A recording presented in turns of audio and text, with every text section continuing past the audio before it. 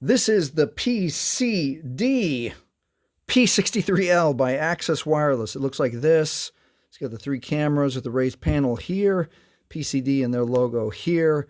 It's by Access Wireless, and let's learn how to factory reset this device. All right, with our PCD powered off, we're going to hold volume up and power at the same time. Press volume up a little bit first. Volume up, power. We're waiting for the tiny white menu to show up in the middle of the screen right there. Now let's follow those on-screen instructions. Volume down is to select, and then power is okay. So in case yours didn't land on recovery, let me show you that power down gets you to recovery, and you want the recovery mode. And now it says press power for OK. Let's press power for OK.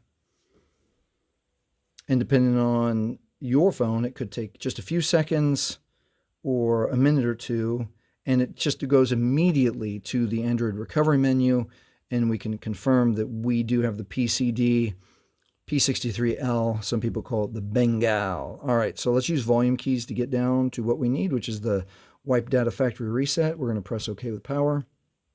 One more time, we're going to confirm that we want to factory data reset. This is going to wipe all user data. This cannot be undone. Let's press OK for power. And we can confirm down here that the data wipe is complete. And now it's safe to reboot your system. Keep in mind, if you have used your Google or your Gmail login and password, you 100% will still need your Google or Gmail login and password, especially if you set up the Find My Device or Find My Phone or Factory Reset protection. So that protects you, and that's the only thing that's not erased from the device.